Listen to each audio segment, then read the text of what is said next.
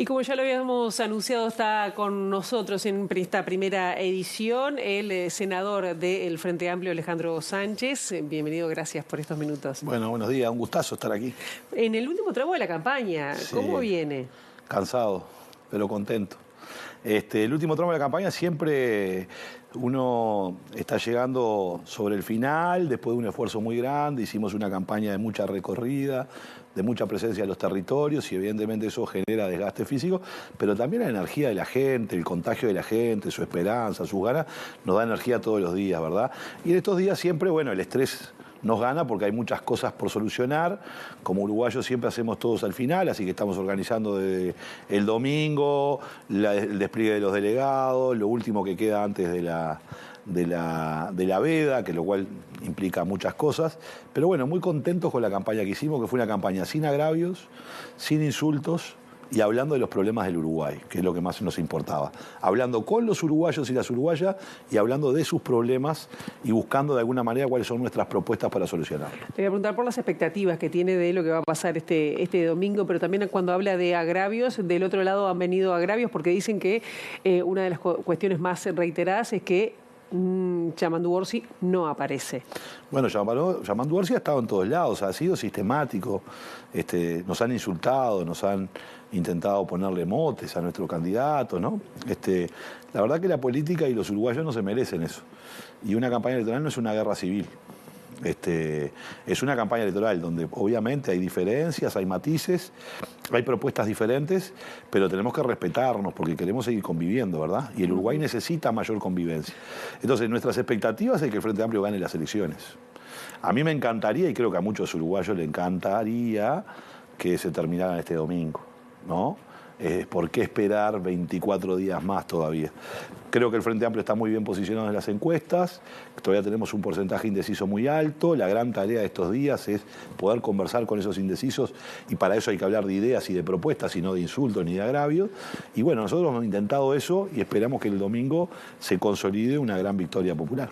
Ustedes tienen la expectativa desde el Frente Amplio de una mayoría parlamentaria. ¿Qué cambiaría eso en el caso de gobernar? Bueno, las mayorías siempre son importantes porque dan la posibilidad de que en el Parlamento nunca hay empate.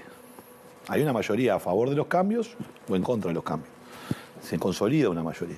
Ahora, de todas maneras, el Parlamento que se viene será un Parlamento de mucho diálogo, porque el gobierno de Yamandu Orsi será un gobierno de mucho diálogo.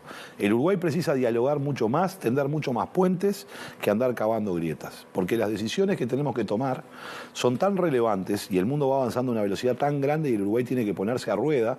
Hace 5 años que estamos estancados, diría hace 10 años que la economía uruguaya no crece como tiene que crecer, hemos perdido mucho terreno, precisamos más inversión, mejorar la productividad, el crecimiento económico, el reparto, conjunto de decisiones que hay que tomar, que vamos a precisar de un mayor respaldo político. Entonces, aún teniendo mayorías parlamentarias, nosotros pretendemos que en un gobierno de Yamandu Orsi podamos tener un diálogo serio, responsable, para que las decisiones que tomemos, que son decisiones muy importantes para el desarrollo futuro del país, tengan el mayor respaldo político posible. ¿La van a buscar más allá de una mayoría parlamentaria eventual? Con más razón si tenemos mayoría parlamentaria. Pienso porque también recuerdo que Mujica dijo no podemos ser un ejecutivo encerrado en sí mismo, hay que hablar con todas las fuerzas del país y acordar 4 o 5 cosas nacionales para pelearla. ¿Sería posible acordar cuáles serían estos temas y de qué manera, si están dadas las condiciones justamente para acordar? Porque hablando del tema de seguridad, dice, bueno, el Frente Amplio no apoyó la iniciativa que hubo el año pasado. Bueno, lo que pasa es que un diálogo y un acuerdo no se puede hacer el último año de gobierno. Nosotros pretendemos más que un acuerdo multipartidario.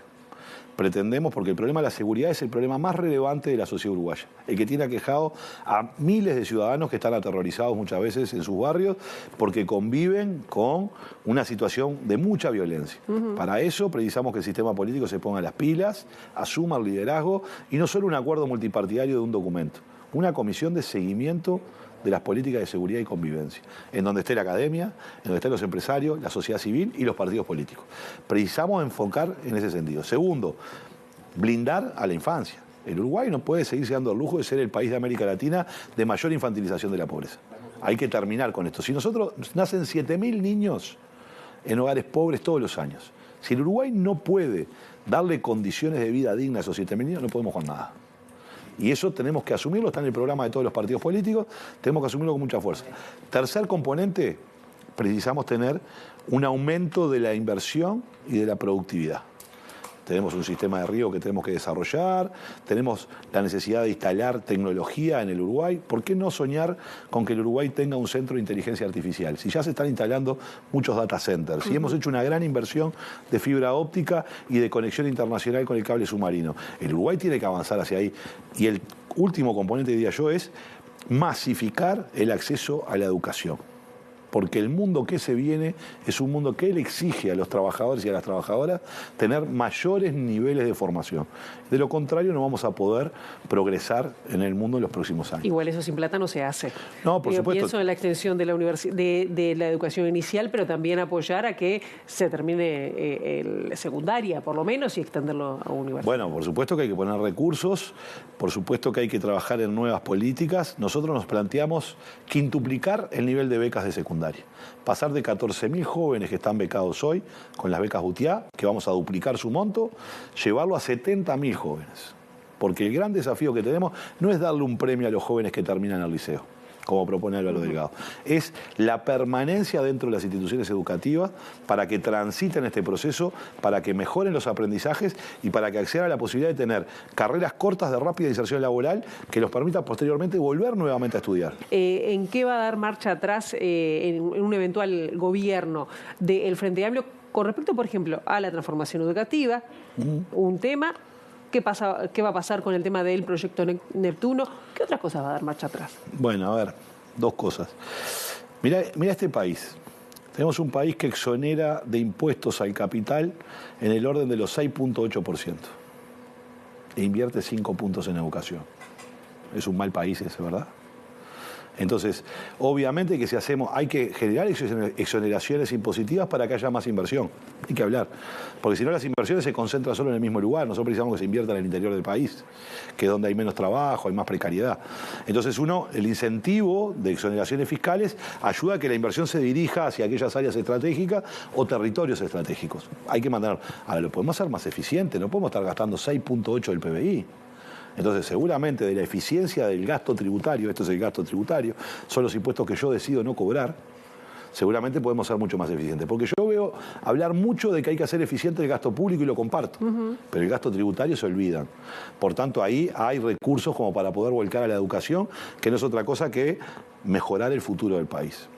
Después, nosotros hemos sido muy críticos del proyecto Neptuno, porque en realidad este gobierno opuso el proyecto Neptuno a Casupá, que estaba pronta para hacer, pero como venía otro gobierno, nosotros no tenemos ideas refundacionales. Las cosas que estén bien van a continuar, porque el Uruguay tiene que continuar.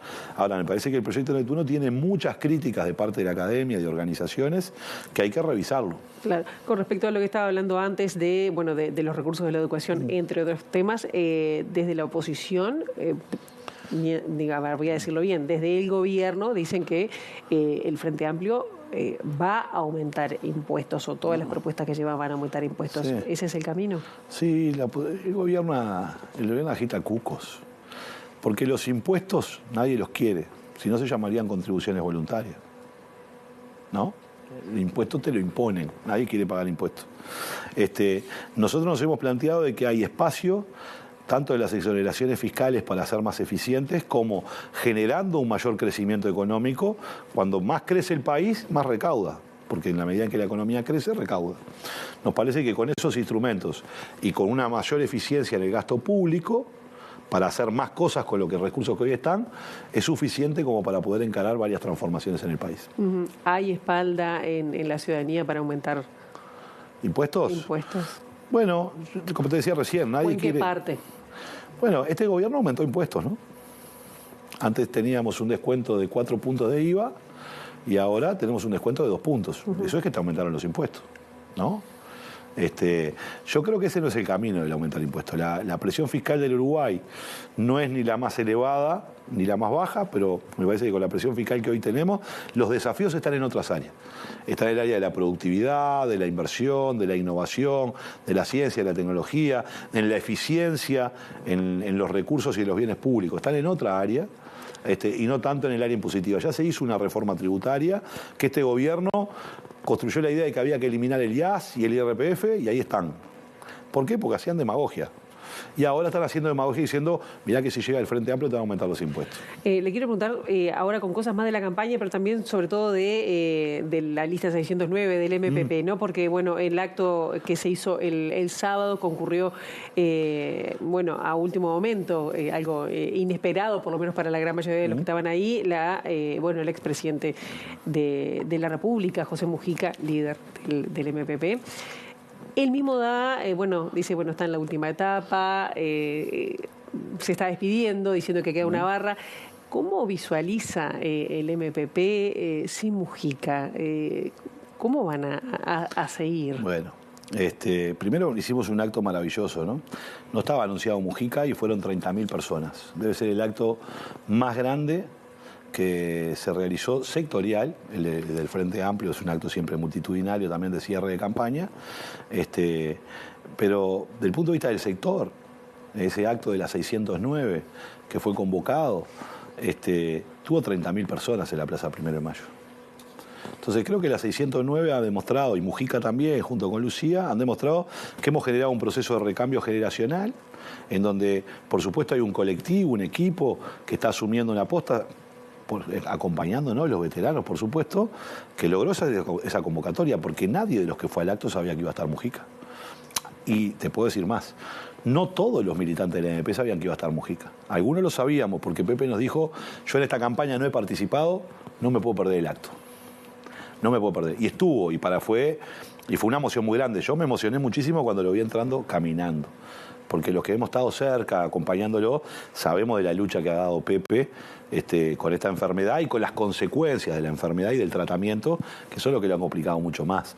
Y entonces verlo con esa energía, con esas ganas, con esa entrega, con esa militancia y con ese mensaje de futuro, bueno, a uno le reafirma que Mujica es insustituible, rompió el molde. Y por tanto, el liderazgo del futuro será mucho más colectivo. Y creo que eso es lo que estamos intentando, y la 609 viene ya del periodo pasado, asumiendo ese recambio generacional, y creo que lo viene haciendo con relativo éxito. ¿Qué pasa de aquí a la segunda vuelta? Si hay, segunda vuelta sí hay, ¿no? Sí. ¿Por dónde van? Porque parece que el Frente está 45, 46, depende de las encuestas que uno mire, 40. ¿Por dónde van a buscar los votos? ¿Por dónde serán las alianzas? Sobre todo si van a buscar a sectores. Sí. Bueno, primero hay que ver cómo queda el mapa del Parlamento, ¿no? Esa es una incógnita que para pensarse... A mí me encantaría, y vuelvo a insistir, que se terminara este domingo. Parece ser poco probable porque, bueno, es muy difícil ganar en primera vuelta. El Frente Amplio solo lo hizo en el 2004, pero se podría dar. Se podría dar. Y estamos tratando de hacer un esfuerzo muy importante en estos días para que se pueda ya dar esa situación. Hay que ver cómo queda el mapa del Parlamento, si el Frente Amplio tiene mayoría o no tiene mayoría. ¿Qué partido? Hay muchos partidos que se presentaron y cómo queda conformado el Parlamento, ¿no? Las encuestas han mostrado caída de algunos partidos, crecimientos de otros. Hay que ver cómo queda el Parlamento conformado. Pero nosotros lo que vamos a buscar, claramente, más allá de los sectores o de los actores políticos, ¿y qué vamos a buscar? Dialogar con la gente, quién da certezas de cambio. Porque la gente sabe que tiene menos en la heladera, que tiene menos salario, que se ha visto más apretada en sus ingresos y en sus posibilidades de prosperidad, que está muy preocupada por si los gurises van a tener trabajo en el futuro o no van a tener trabajo en el futuro, está muy preocupada porque no accede a los medicamentos. Es decir, hay un conjunto de problemas que tiene la sociedad uruguaya que requieren de cambios. Y creo que la garantía y la certeza de ese cambio lo representa la fórmula del Frente Amplio. Y esa va a ser la tarea principal. ¿Quién da garantía de cambio? Electorado, no alianzas con alguno de los partidos. No descartamos ninguna. El tema es que hay que ver qué partidos quedan en el Parlamento y cómo se conforma, ¿verdad? Alejandro Sánchez, muchísimas gracias por estos minutos. No, muchas gracias a ti. Nosotros ahora hacemos una brevísima pausa y ya